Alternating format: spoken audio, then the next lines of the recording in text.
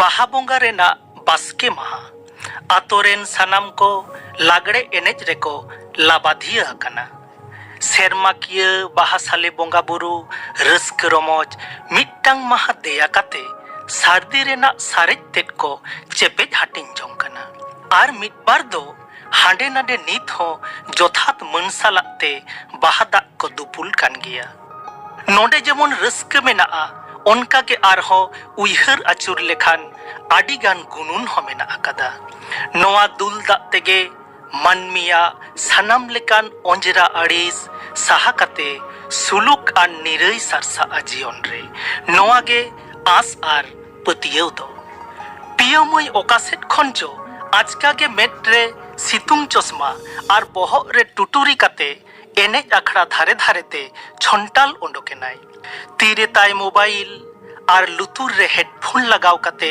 सोझे गाडा सेना ताड़ाम डहारते आर हो माड़ांग सेट के माड़ांग इदियेना मिट डोंडे खो लागड़े आखड़ा सुर रे बाय तिंगुलेना चेत लेका को एनेजेदा आर बांग चेत लेका गे को रुरु कना नोआ रेना ओका हो आया टोपार एसेट मेद आर ठुनिया काट लुतुर ते बांग नेलन्याम आर बांग तार को सारी लेना पियमय दो किसर ओड़ा हपन एरागे कनाय ᱧᱩᱛᱩᱢ ताय दो पियाली मुर्मू आज रेन आयो बाबा सात अल्लात काते होहवायाकिन पियो मेनतेगे ओना सावते पेड़ा पढ़ह गाते गापाते सानाम कोगे पियाली खंदो पियो मेनतेगे जास्ती दको उपरुमिया आज आजते हो पियो ᱧᱩᱛᱩᱢ सामांग कातेगे जास्ती दो सदर आर उपरुमुक तो सानायया ओनाते नेबेतार आया फेसबुक अकाउंट हो पियो ᱧᱩᱛᱩᱢ तेगे पासना वकना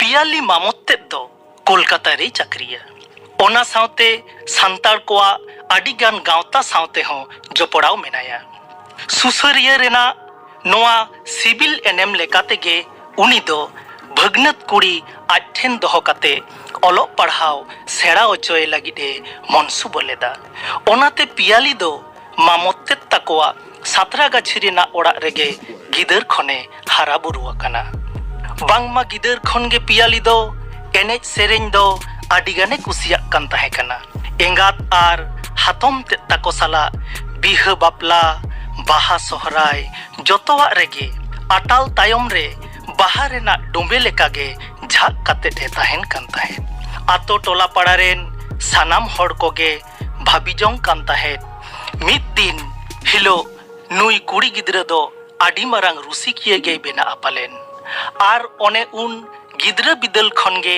पियाली दो जास्ती कायते आया टाड़ांग टाड़ांग सेरेñ रहा आंजोम कातेगे पियो मेनते को छटियर उतर लेदेया नेस तो पियो मया सांताड़ी ऑनर्स रेना तेसार सेरमाय लेबेड अकादा लई लेखान नोआ के मुचाद सेरमा कान ताया पोइलो बांग्ला ऑनर्स रेगे मनसुबलेआ चेदा से गेलबार चानाज रेना बिनिट तायम आजरेन आयमा गाते कोगे ओनकागे भिना भिना सातामते कॉलेज रेको भर्ती लेना मेनखान आज दो आज मामोत्तेद आर ओड़ा होड़ा कथा लेकातेगे सांताड़ी सातामते पढ़ाव दोय बुढ़े लेना बार सेरमा पुरव बिनिट रेना अर्जो दो पियोआ नापाय गे होयेन ताया एनते रहो चेदा चो ओका ठेन चो पियोआ बांकुसी सत लेकाना आड़िस अरसंग दो मेना गया उनी आया साताम रेन कोड़ा कुड़ी साला दो जास्ती सगई गे बाय दोहवा कदा गाते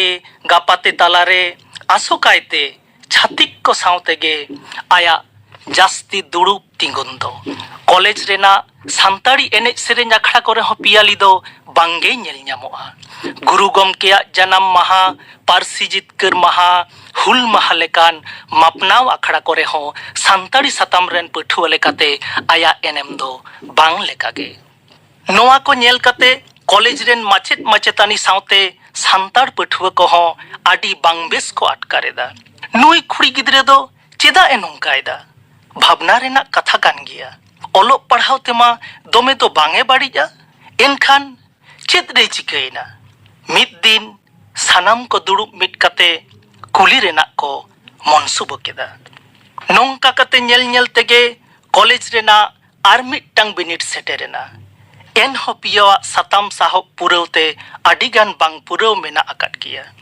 मिट्टांग पुथी रेना 22 नंबर मेना आकादा पारसी आंदोलन रेया नागाम बाखराते।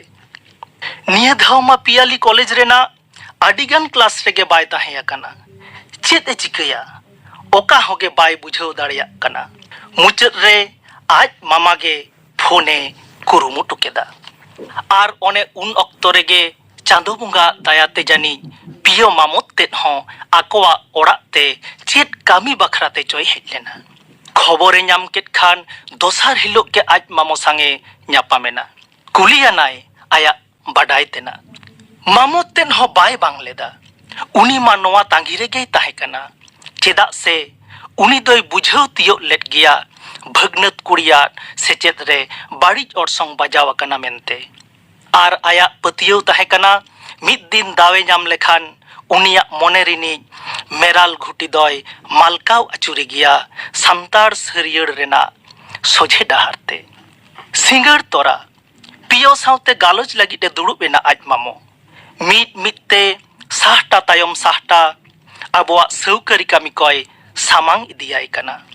ओकारे दो चितर खान आर हों ओकारे दो ऑल ओकारे दो नोआ कोरेना कहानी खान ओका कोरे दो लड़हई साव जपड़ाव मेना हुदिसान सेरेñ। मामुत तेदे ñele kana पियो मीट मोनेते नोआ कोय आंजोमेदा। मेट रेना कोयो काटिñ हो बांग हानते नाते कान ताया।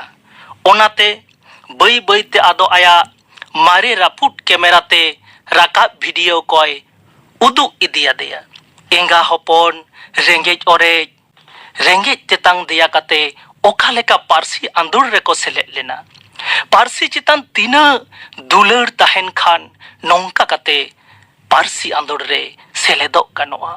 नोआ को ñel काते पियो मोया मेद रे मेदा पेड़े पेड़े गोड एन ताया। मामुत तेद कथाय एमादेया नोआ सेरमा रे दो सोरेस नंबर ñam काते झोतो कोआ मने दोहोया मेनते। ñel ñel तेगे पे सेरमा पुराव मुचाद बिनिट रेना अर्जो ओंडोगेना। एआई माहा तायम पठुआ को आकोआ तीरे अर्जो साकाम को ñam केदा। ñel काते पियो चेदाग चो आडिगान रस्कय आटकार केदा। एन हिलोग दो कॉलेज रेन सानाम सान्ताड़ पठुआ को सांग लांदा लांदा ते रोड़ा तांग दारामेद कोआ। नाना हुनर दिस हुदिस एमा को कना आर मोबाइल ते आयमा फोटो होई तुलाव सहडेना। मिट घड़ी तायम खानगे सारहावना आखड़ा रे उछनेना। नेस दो पंडित रघुनाथ मुर्मू उनुइहर बिद्दागार खन सानाम साताम खन सरेस मानाते अर्जो ñam काते कॉलेज रेना ñुतुमे दोहो केदा मई पियाली मुर्मू। कॉलेज रेन कोड़ा को आको आकोआ मेद सेद कोयक काते को कुकली जोंग काना ओकोय ओकोया ñुतुम दो को छटियर केदा। तायम सेद खन सागुने मेन केदा ओकोय आदो उनी आबोई गे पियो मई सान्ताड़ी ऑनर्स। सावहेद आखड़ा किंदिरी रे कहिनी पियो मई सान्ताड़ी ऑनर्स कहिनी पे आजम के ताबोना। कहिनी दोय लई केदा मिठुन टुडू।